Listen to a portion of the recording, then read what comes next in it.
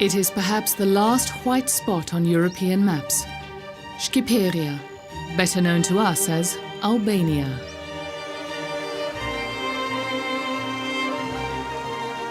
For decades, it's been completely sealed off from the outside world. Hardly anywhere else are bias and reality as far apart as here.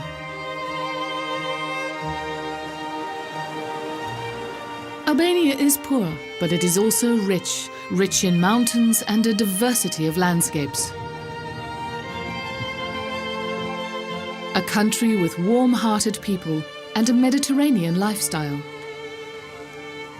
People who travel to Albania should be ready for extraordinary surprises.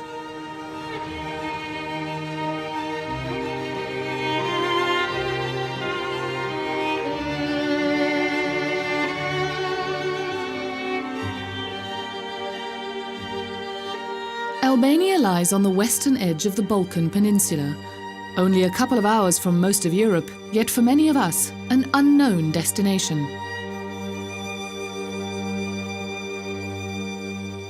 The first part of our journey takes us to the north of the country, to the Albanian Alps, better known as the Enchanted Mountains.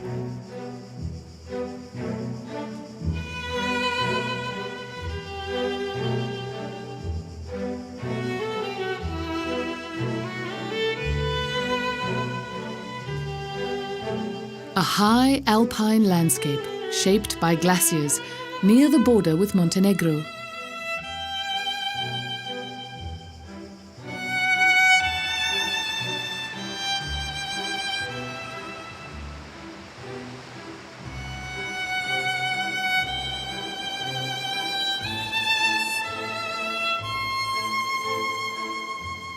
The Enchanted Mountains are considered Albania's poorest region.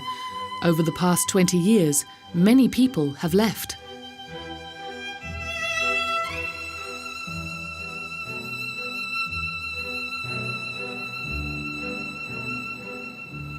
Only 80 people live in the village of Theth. There is no medical care, no high school, no bakery or grocery store.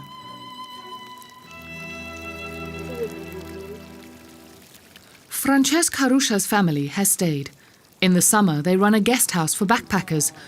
Along with farming, it is their only way to earn money.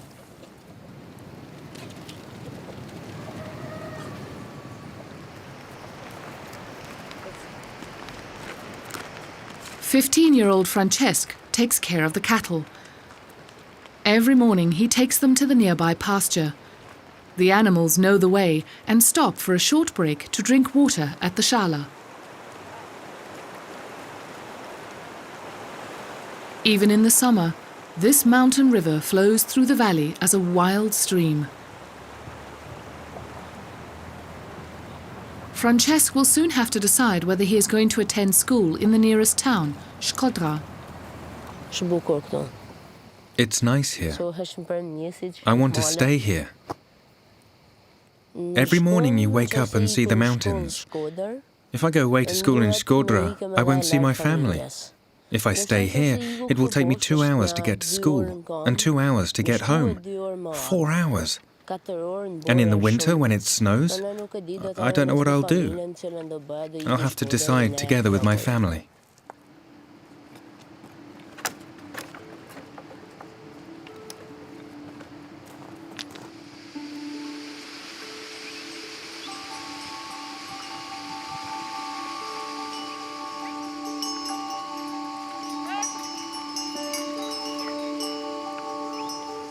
Theth is in the heart of the national park. It was founded in 1966 during the communist regime of Enver Hoxha.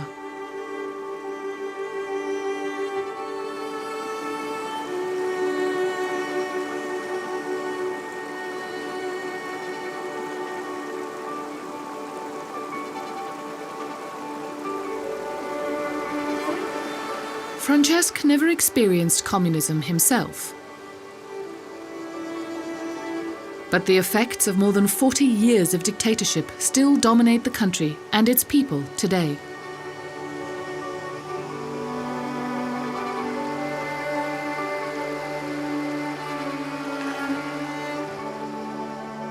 whether in the far north or the far south of Albania.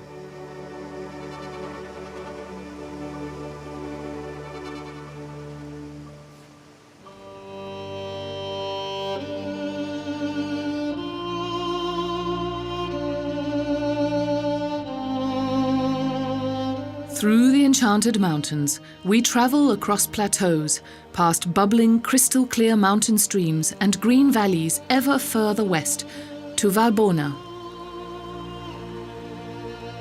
Near the border with Kosovo and Montenegro, the remains of communist dictatorship can still be seen at every turn.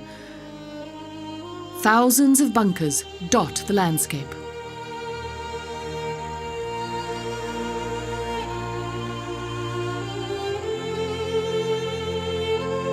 What used to be a heavily guarded border region to the former Yugoslavia has become a favourite destination for nature lovers.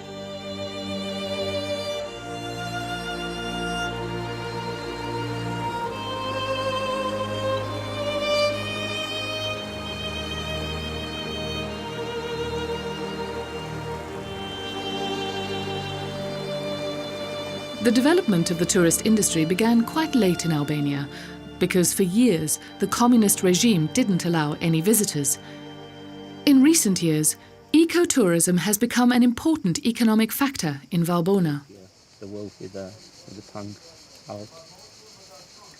Several hotels catering to sports enthusiasts and independent travellers have sprung up. Denal is the place called. There's some meadows down here. Because that one had been too... One of them belongs to American Catherine Bone and her Albanian husband, Alfred. Oh, okay.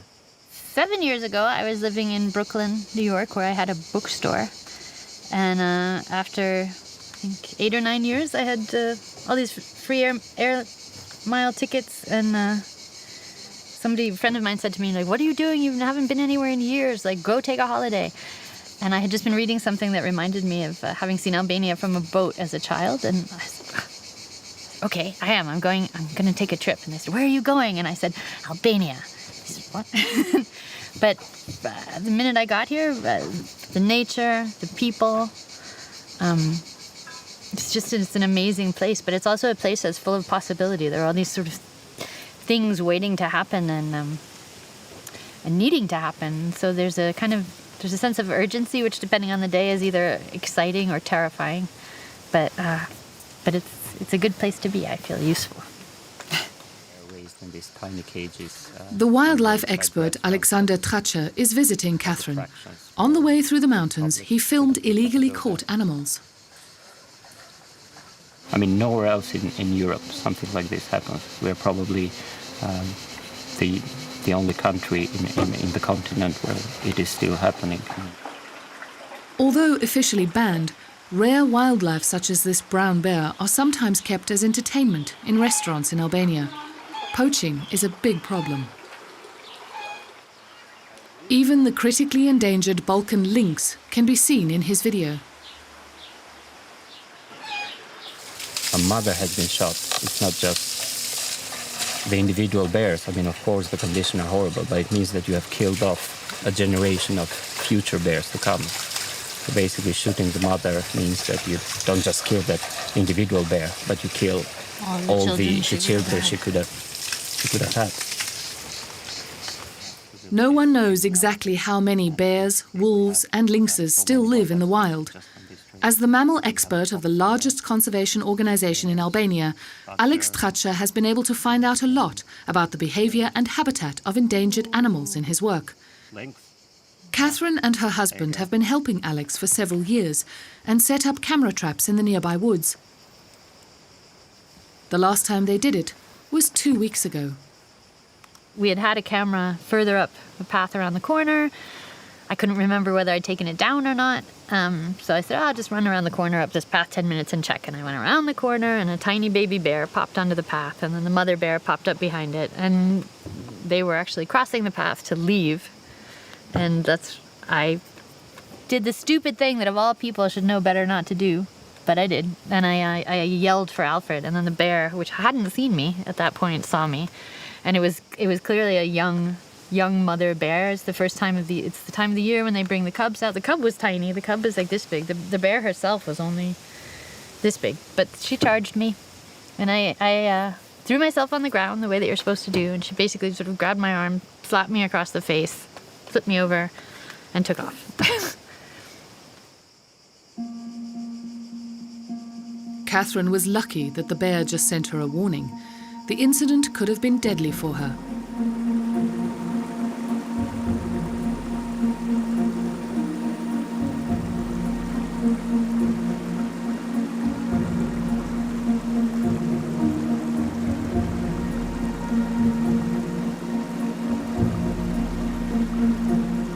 Just like Theth, Valbona Valley is also part of a national park which was created in the 60s.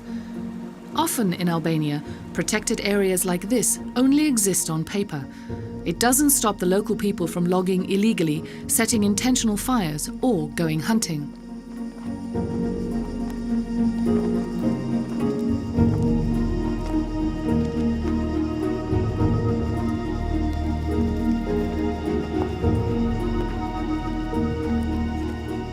Alex wants to learn more about the behavior and population of bears, wolves and lynxes by using camera traps.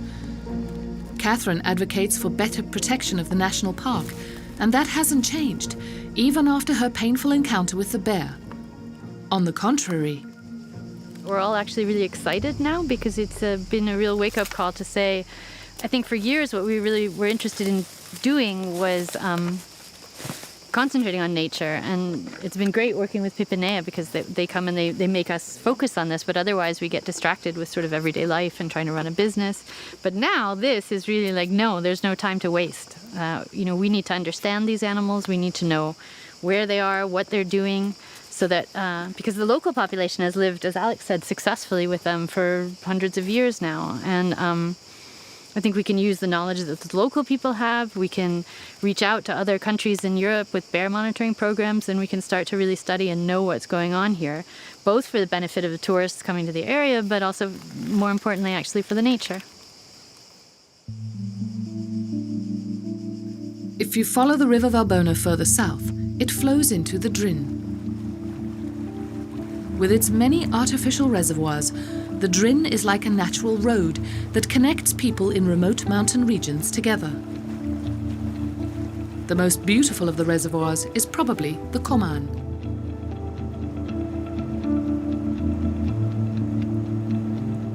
The fact that the lake has become a small tourist attraction is thanks mainly to Mario Mola. The 23-year-old uses his boat to transport residents, animals, food, and even tourists in the rough areas around the lake.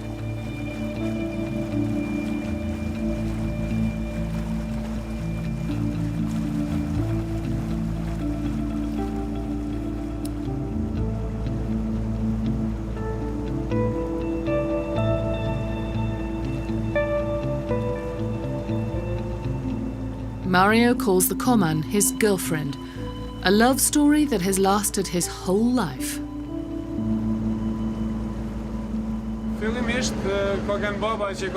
My father started this boat business. Initially, they were very small boats with small motors and 15 to 20 seats. They transported mainly villagers and people from the area, or the cattle that people wanted to move across the reservoir to Shkodra. My older brother and I learned to love the lake and the boats in our cradles, and at the same time, it was the only way to feed our family. So 8 years ago, we slowly started with tourism. His father died in a car accident last year, which means Mario is now the head of the household, a responsibility he takes very seriously. We have common law here that is still practiced. We call it estate, and it is part of Kanun. Estate means that I'm obligated to protect and preserve the land and house of my ancestors. So I've spruced up the house and now offer it to tourists as accommodation. My main concern, however, is to protect the country where I was born.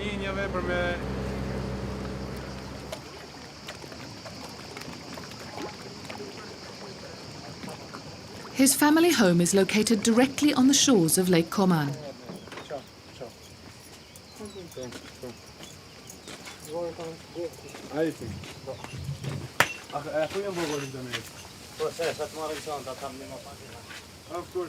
Mario's sister and mother do all the catering for the tourists.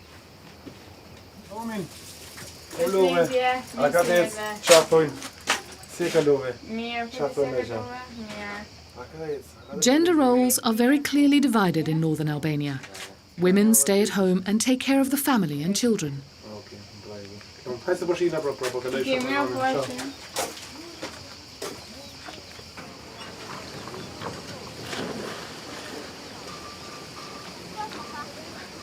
Hospitality is very important. The local common laws, called kanun, are clear on this and are known even beyond the country's borders. They are a collection of laws from the Middle Ages, which regulate the coexistence of people in the rugged, mountainous regions of northern Albania.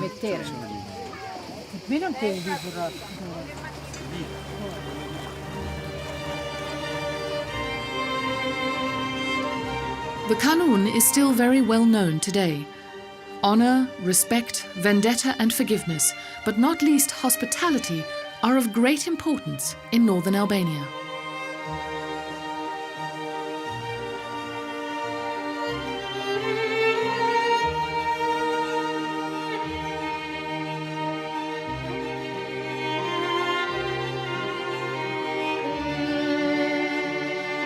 Very few people live in the barren, remote mountain regions.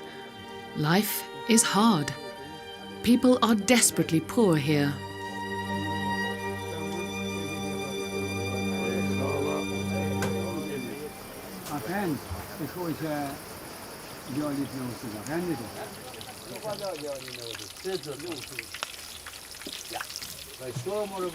On a day in July, the Festival of Forgiveness is celebrated. In the evening, the family meet up and sit together until late at night. According to the common laws of Kanun, family disputes, hostilities and forgiveness are expressed during this late-night vigil.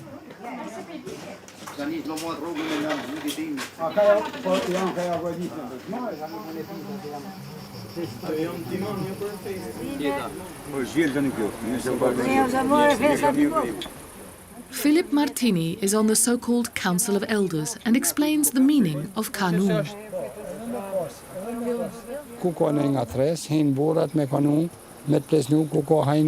If there is an argument or a misunderstanding, for example, then the Council of Elders intervenes with the laws of Kanun. Even if someone has committed a murder, the elders can decide whether to forgive them or not. Kanun is often contrary to today's modern laws.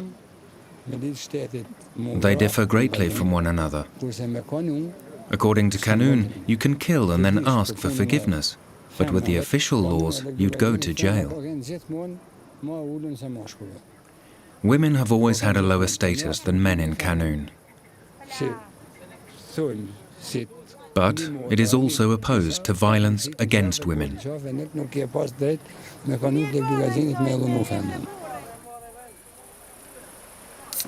The Martini family drink their raki and celebrate the Festival of Forgiveness until late at night.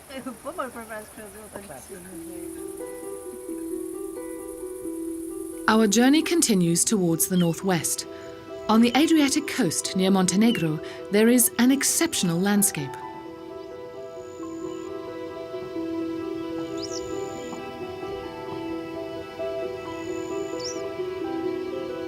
The Buna, the second largest Adriatic river, flows into the Drin River. Together, they push large amounts of water and sediment towards the Mediterranean. Sand and gravel are deposited in the estuary and have created a floodplain with sandy foothills, the Buna Delta.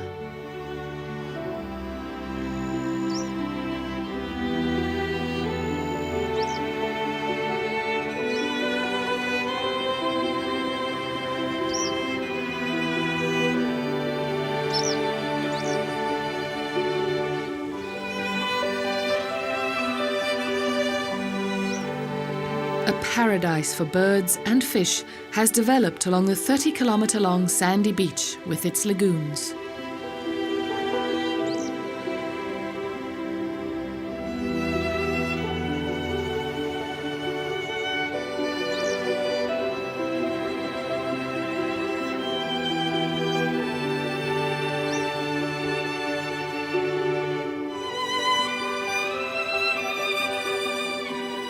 But the natural resources of the Buna Delta and nearby Lake Skadar are endangered.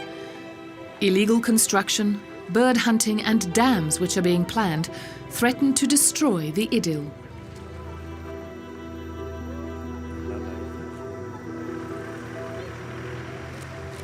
South of Lake Skadar lies the city of Shkodra.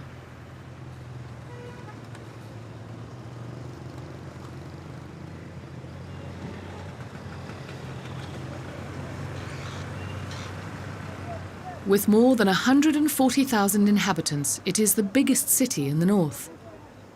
Most of the people here are Catholic, although most of the rest of Albania is Muslim. It is not uncommon for a Muslim to marry a Christian, or vice versa. There is a well-known saying, "The religion of the Albanian is Albanianness," a sentence that has lost none of its relevance over time.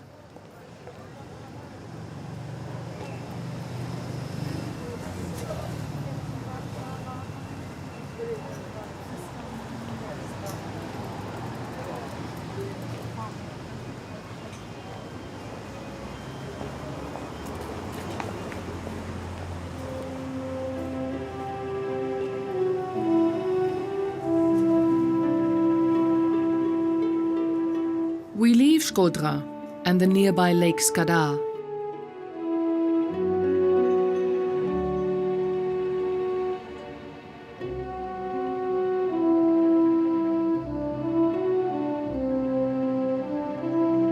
We go further south.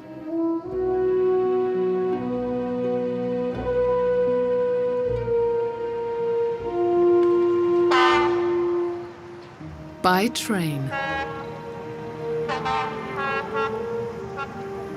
On one of the few remaining railways in Albania.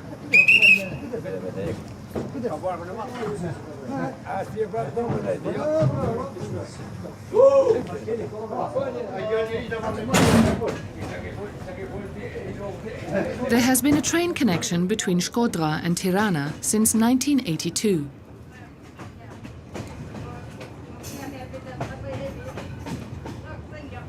Afrodita Gjipali has worked for Albanian Railways for 34 years. For her, not much has changed since communism ended.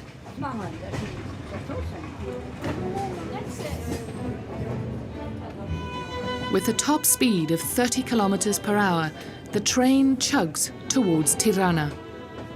The tracks are old. Only just enough is invested to ensure that the service can somehow continue.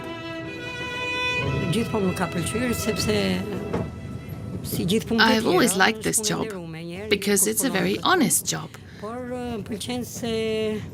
Contact with people, communication with people is important for me.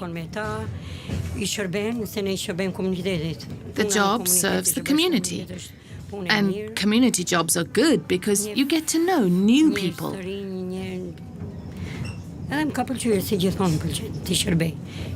I like serving people and the community. I've always liked that.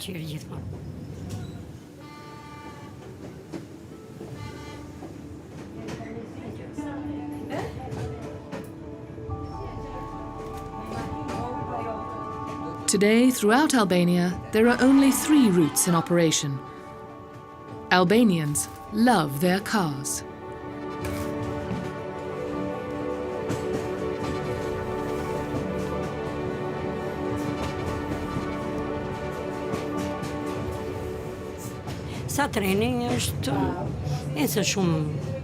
Most people have cars and have to work and want to get their errands done quickly.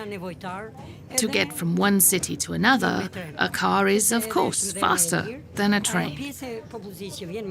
The trains here are very slow and the passengers are quite poor. To get from Shkodra to Durrës costs only 160 lek.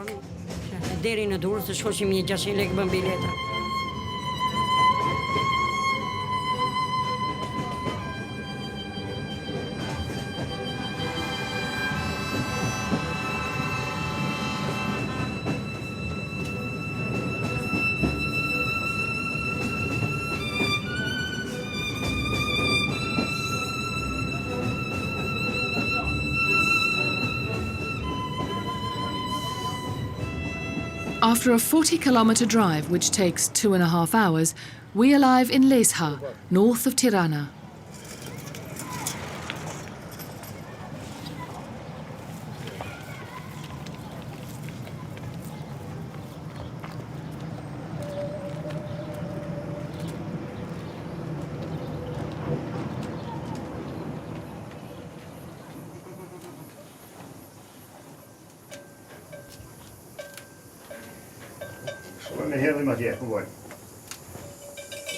Mainly fruit, vegetable and livestock farmers live in this region.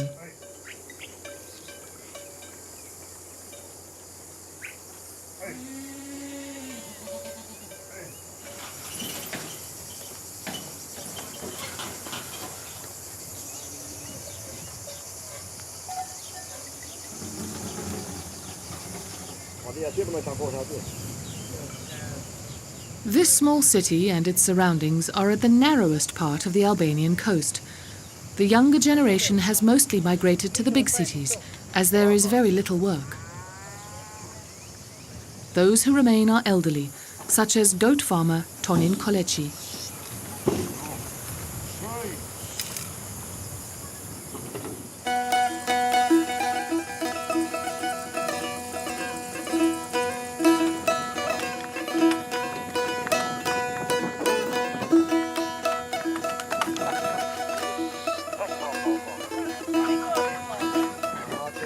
Every day he harnesses his donkey to the cart and brings milk to a unique place.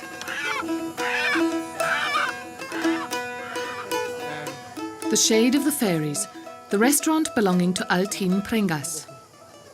The 31-year-old took over his parents' inn 5 years ago, together with his younger brother.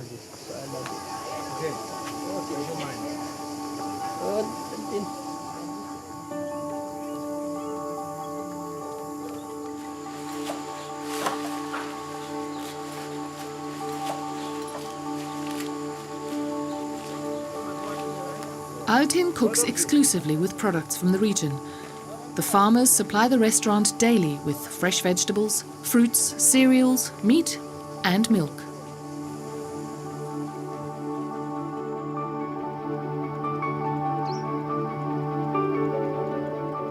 The restaurant is directly below his parents' old farmhouse, which he renovated and expanded a few years ago for guests and tourists. Visitors come from far away to eat in the Shade of the Fairies. Even the Albanian Prime Minister has eaten here.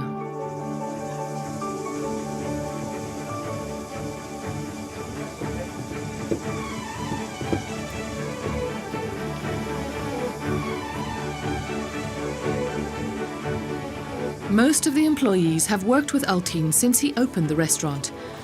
He is now considered one of the best chefs in the country.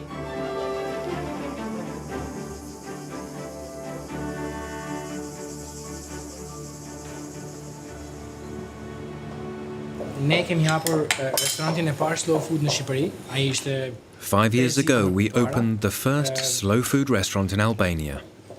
Slow food was unknown to Albanians until then. Our idea is to cook traditional Albanian dishes with a modern twist. The most important thing for us, however, is that we use products from the region, from the farmers in the area.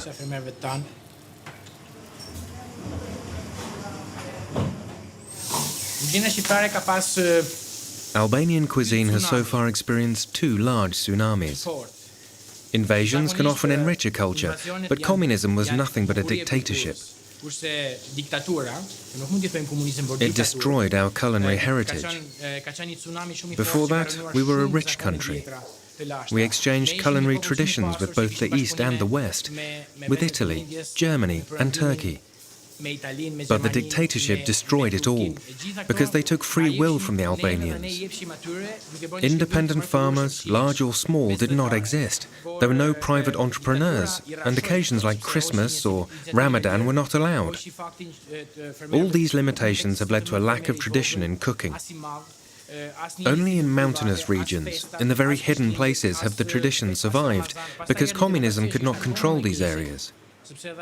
Then came democracy, and that was even worse, because the focus was exclusively on foreign cuisine and foreign influences, so traditional Albanian cuisine was forgotten. Today it's a little better, but there are still more international restaurants than Albanian.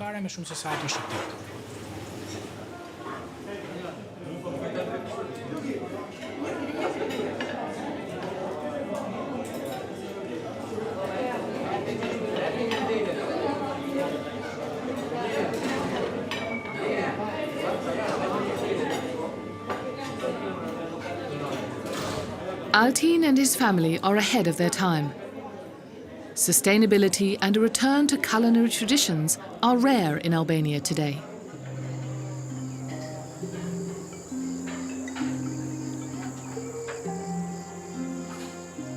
Altin is looking forward to a future where success is the biggest uncertainty.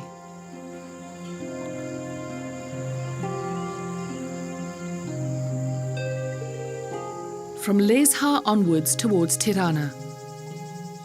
Only 20 kilometers away from the capital, the farmer and winemaker Hajdar Kuçi lives on his farm in Marikaj.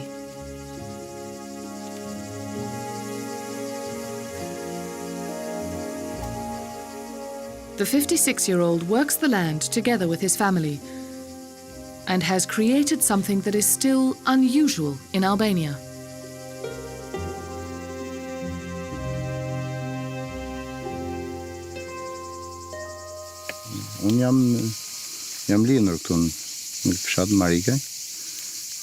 I was born in the village of Marikaj and studied agronomy. Until the 90s, we worked under the communist system. When that collapsed, we could go back to being a private operation. We got our possessions, our country back, and started to farm it for ourselves.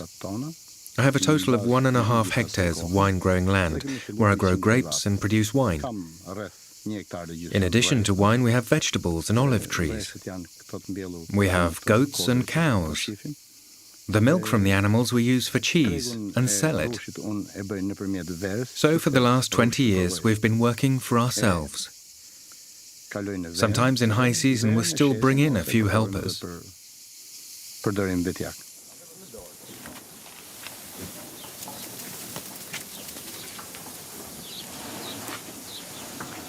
His son Skelkim and his 81-year-old mother Gemalia live on the farm and help out too.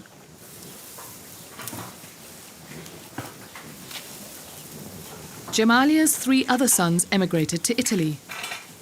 Hajdar is the only child that stayed at home and after communism fell had to fight for 17 years for the return of his family's property.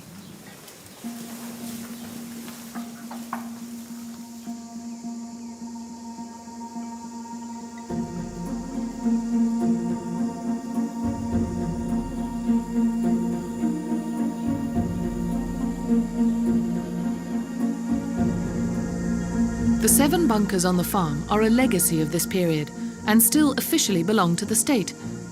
However, Hajdar is allowed to use them. In one is the old wine press, which, together with his brother, he bought second-hand 10 years ago in Italy.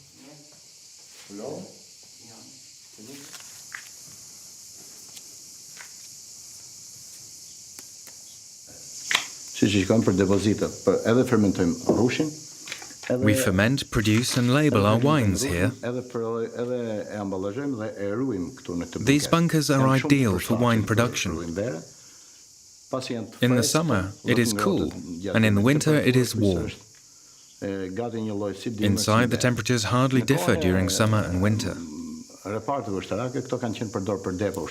Communist army used the bunkers as a warehouse for cars and weapons and other military equipment. But when the communist system collapsed, they cleared everything out and took what belonged to them. Now, I use it as a storage area. They were army depots, and now we use them as wine depots.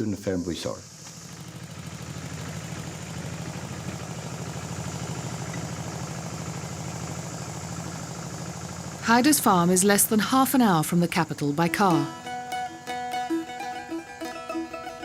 Tirana.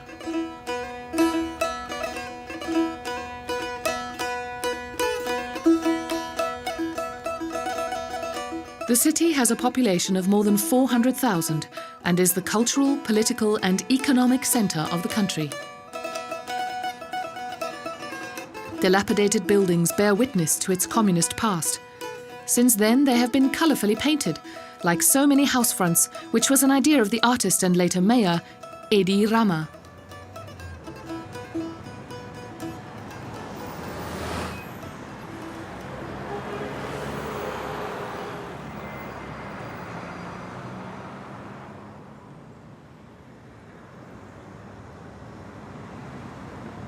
A sense of decline and new beginnings is omnipresent in Tirana.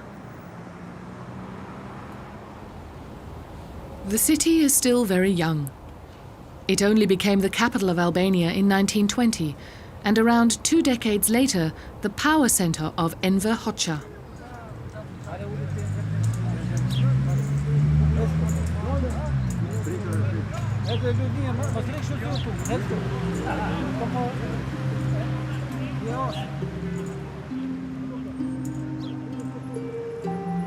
Long years under the old regime took their toll on the people and the cityscape alike.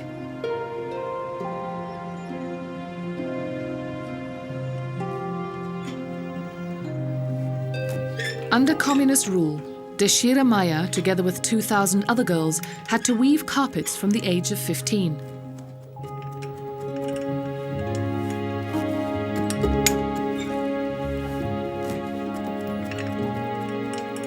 For 40 years, she fed her family of 4 with her weaving.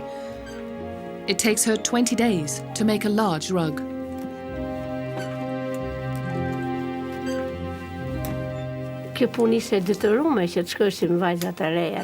During communism, this job was allocated to young girls. We did not go to school. We were not allowed to go to school because of work. We worked for 5 cents under the communist regime, and our parents were forced to send their daughters to the weaving mill, and the carpets were exclusively for export.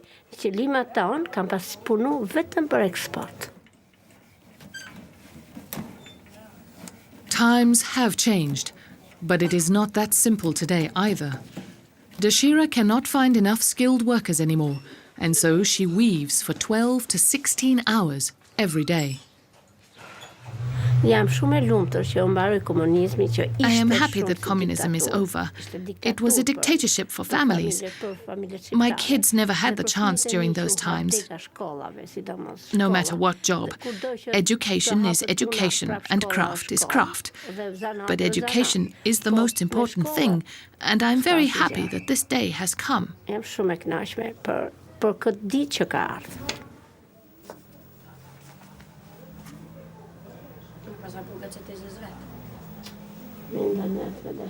Higher education would have been impossible for women like Deshira under communism.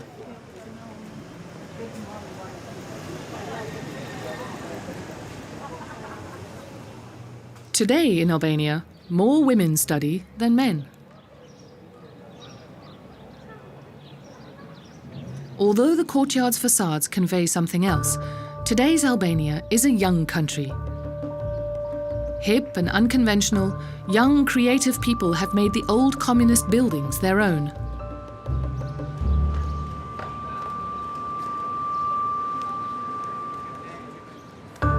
Many of them have lived abroad and have come back to Tirana.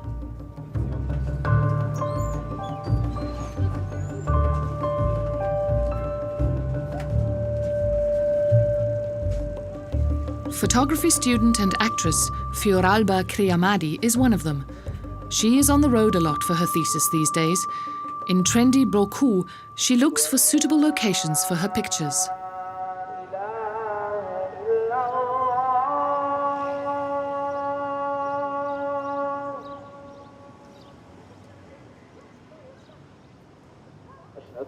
Fioralba loves the contrast of old and new in her hometown. A special energy she knows only from Tirana.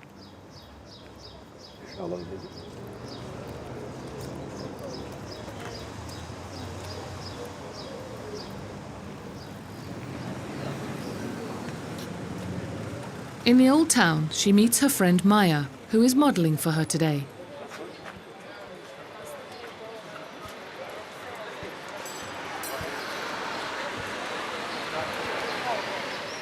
Bicycles, carpets and furniture are for sale on the narrow sidewalks. Since the small shops have no space, the shopkeepers simply sell their goods on the street.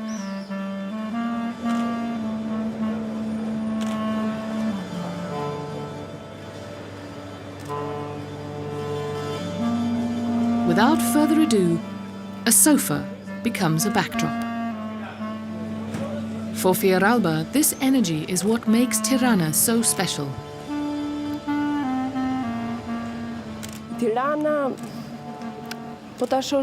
Tirana itself is creative. Wherever you go, you can find the most extreme things, from modern buildings to old communist buildings.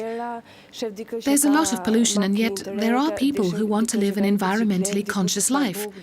Very poor people next to very rich people. There is everything here, and always something for everyone. This town is very inspiring. The problem is not finding work, but earning enough money. Few people can live from their art alone.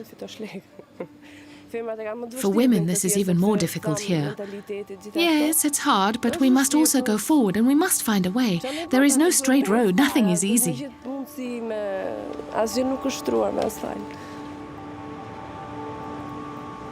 The future of Albania is in the hands of this generation.